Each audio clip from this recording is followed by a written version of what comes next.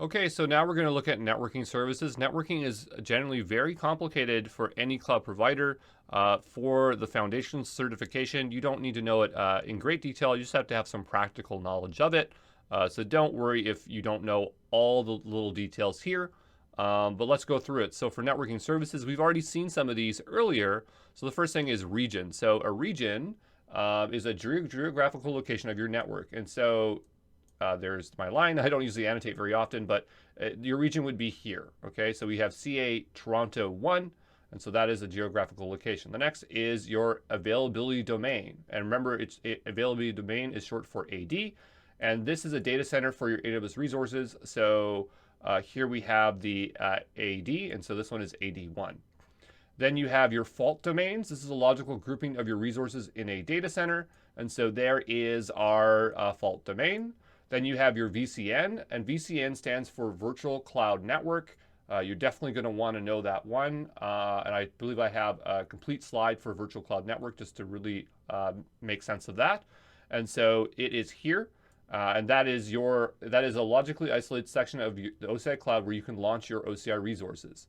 Then you have Internet Gateway. So Internet Gateway is how you get access to the internet. So there is the symbol for Internet Gateway. You can see that it sits on the edge of OCI, and that's how it gets out to the internet.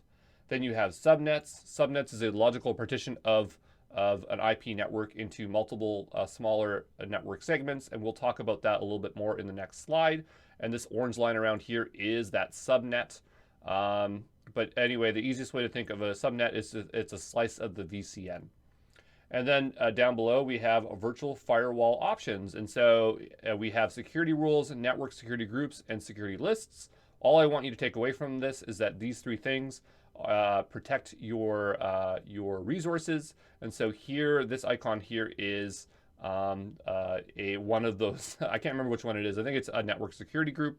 I'd have to double check. But the point is that it represents a virtual firewall that is protecting your server, and that's your server right there.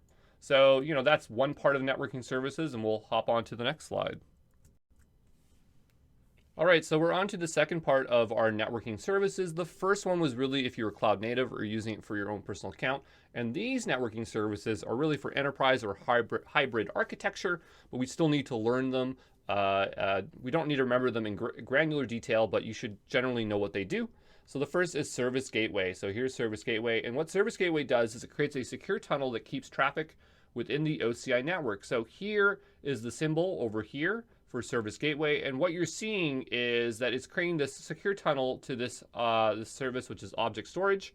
And the reason why we want a secure tunnel is that generally there are certain services, especially serverless services, where they're not part of your VCN. They're just in the global OCI account.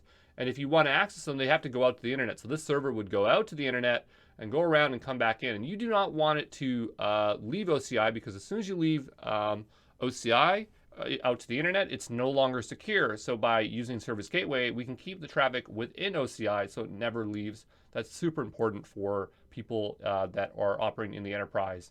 Then you have Nat Gateway. So Nat Gateway is down here. This is there's actually no symbol for it, so I made my own. And what Nat Gateway does, it allows a private subnet, so resources or servers in a private subnet reach out to the internet.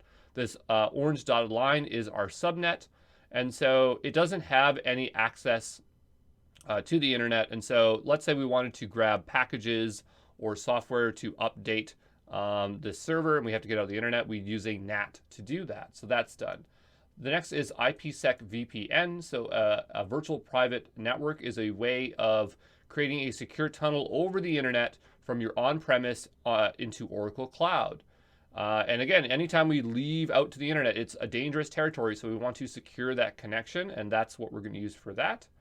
The next is Fast Connect. It's just like Ipsec VPN, but the difference is that it's a dedicated secure connection to your on-prem to Oracle Cloud. What that means, it's going to be really, really, really fast. So not only is it going to be secure, but it's going to be super fast, and that could matter to an enterprise because they want the experience to be just as fast as their on-prem data center.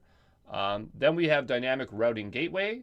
So dynamic routing gateway is a virtual router that provides a path for private traffic between your VCN and outside network. So to actually connect the fast connect or IP or VPN, we need this DRG, which is that virtual private router. If it's confusing to you, it's confusing to me. I don't ever set these things up, but I know that it's a virtual router and I know that it creates connection into the VCN, and that's all you need to know too. And the last one here is VCN peering. So peering is the concept of connecting two VCNs together and treating them as the same network. So if you have VCN1 here and VCN2 here, then they can peer. This server can talk to that server as if they're on the same network.